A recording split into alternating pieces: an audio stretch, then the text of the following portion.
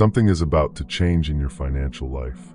And the reason you are hearing this now, at this specific moment, is not random. There is a precision to divine timing that the human mind often recognizes only in hindsight. But occasionally, if you are paying attention, you can feel it arriving before it lands. You have been faithful in ways that nobody celebrated. You managed what you had carefully when it was not enough. You stayed honest when dishonesty would have been easier and more immediately profitable. You kept going when the gap between where you were and where you needed to be felt impossible to cross. And all of that faithfulness, all of that quiet endurance in seasons that offered no visible reward, has been accumulating. Heaven does not forget faithfulness. It stores it, and what has been stored is about to be released. Luke 16 verse 10 says that whoever is faithful with very little will also be faithful with much. This is not simply a moral observation. It is a principle of divine economics, a description of how trust is extended in the kingdom.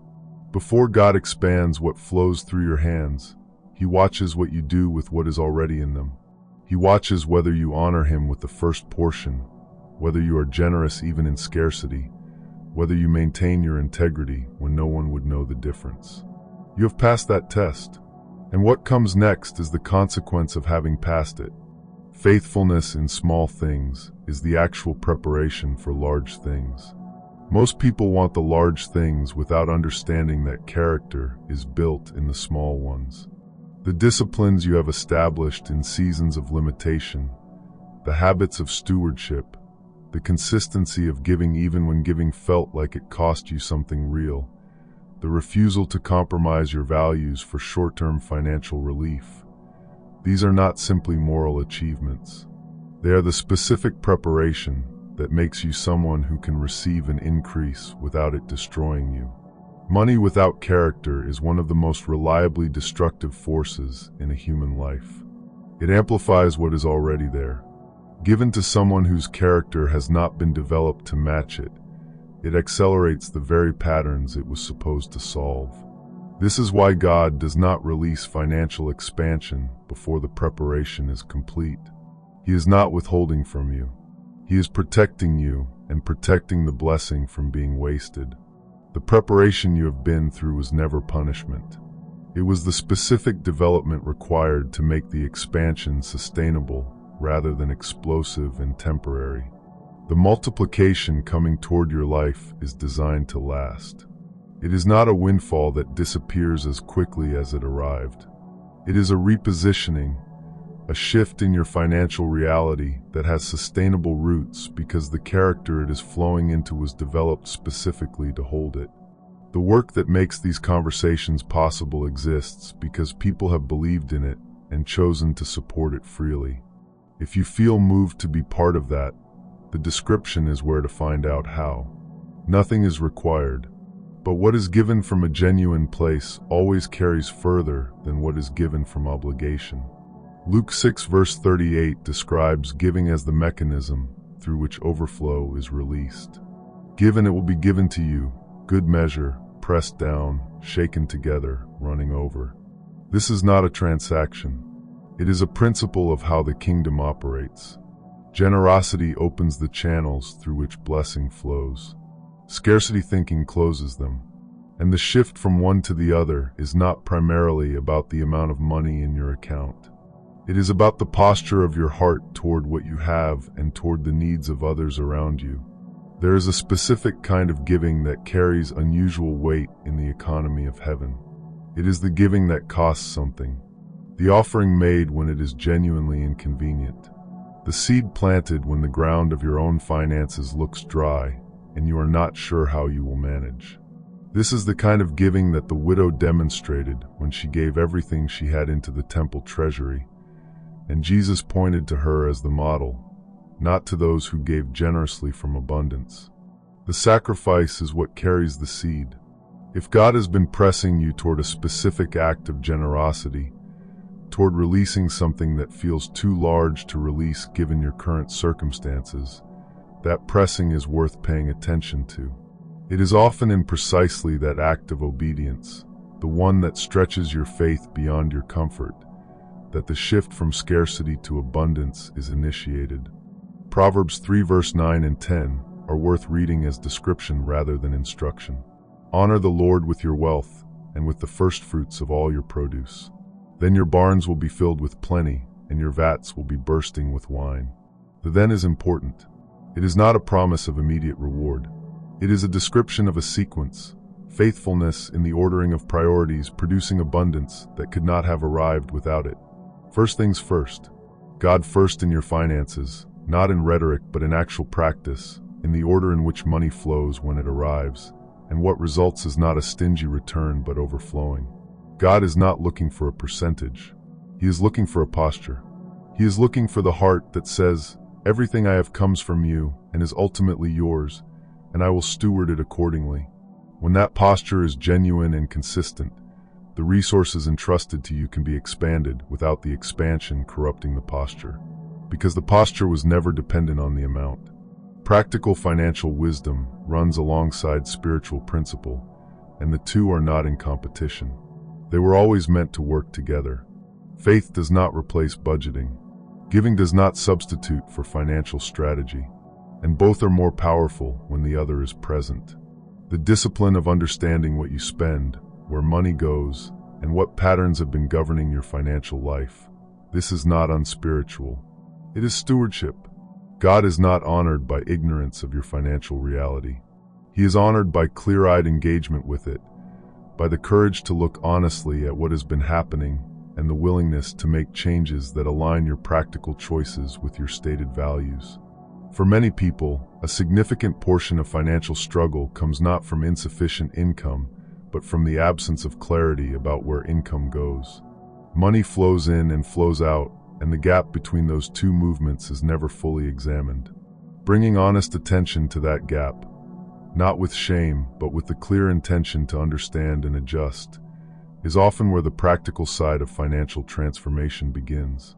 What you cannot see, you cannot manage. And what you cannot manage, you cannot grow. There is also a dimension of financial freedom that is directly connected to the quality of the relationships in your financial life. Who has access to your decisions? Who speaks into your plans? Who is present in the conversations about money that shape the choices you make? These relationships matter more than most people acknowledge.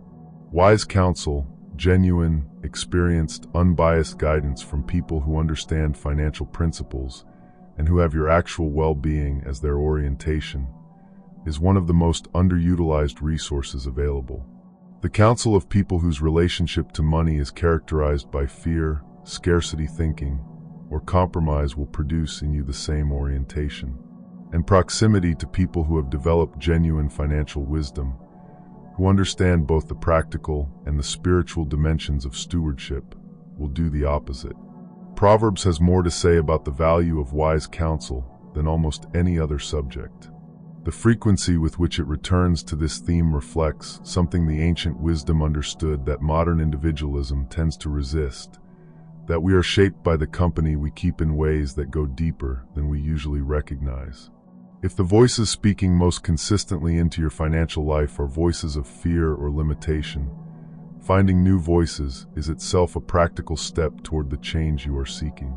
Here is something worth sitting with about the nature of financial breakthrough that the prosperity conversation often misses. Breakthrough almost never arrives as one dramatic event that resolves everything instantly. It arrives as a sequence of smaller shifts that accumulate into a fundamentally different reality. A door opens here. An unexpected resource arrives there. A strategy that was not working begins to produce results.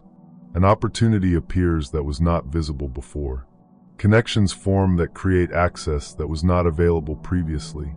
The cumulative effect of these movements is what people eventually point to as breakthrough. But in the middle of the sequence, it can feel slow and insufficient. The temptation in that middle place is to dismiss what is actually moving because it is not moving fast enough. And dismissing the incremental movements, losing the faith that the sequence is building towards something, is one of the most common ways people step out of the very process that was leading toward the change they were asking for. Stay in it. The seed planted does not immediately become a harvest. The sequence between planting and harvest is not empty. It is full of invisible activity, roots going down, structure forming, the development of what will eventually break through the surface. Your role during that sequence is to keep watering, to keep the practices in place that initiated the movement, to stay faithful at the level you are currently operating at, because faithfulness at this level is what leads to the next level. The breakthrough is not suddenly appearing from nowhere. It is the culmination of a sequence that has already begun. There will come a moment when you will look back at this season and understand it differently than you do right now. What currently feels like scarcity, delay, and insufficient return will reveal itself as the specific preparation that made everything that followed possible. The character built here, the wisdom developed here, the disciplines established here, the faith stretched and proven here. All of it was the actual foundation of what was built on it afterward. The Israelites in the wilderness were not wandering randomly. They were being prepared, spiritually, psychologically, collectively, for the possession of a land that would have consumed them if they had entered it before the preparation was complete. The preparation felt like deprivation. It was actually formation, and the land that waited on the other side of it was not diminished by the time spent getting ready. It was exactly what had been promised. What has been promised over your financial life has not changed. The delays have not reduced it. The difficulty of the preparation has not caused God to revise the plan downward. What you were told, what was spoken over you, what your faith has been reaching toward, it is still there, still intact, still approaching, still timed according to a precision that your impatience may have been misreading as slowness. It is coming, and you are closer to it than you have ever been. So keep going, keep giving, keep stewarding faithfully, keep the practices in place, keep the posture of generosity and honesty and integrity intact. Keep trusting the sequence even when the individual steps feel small. Keep watering the seed you planted in faith and watching for the signs of what is already growing beneath the surface. The barns will be filled. The overflow is approaching. And the version of your financial life that is coming has been worth every moment of the preparation that led to it.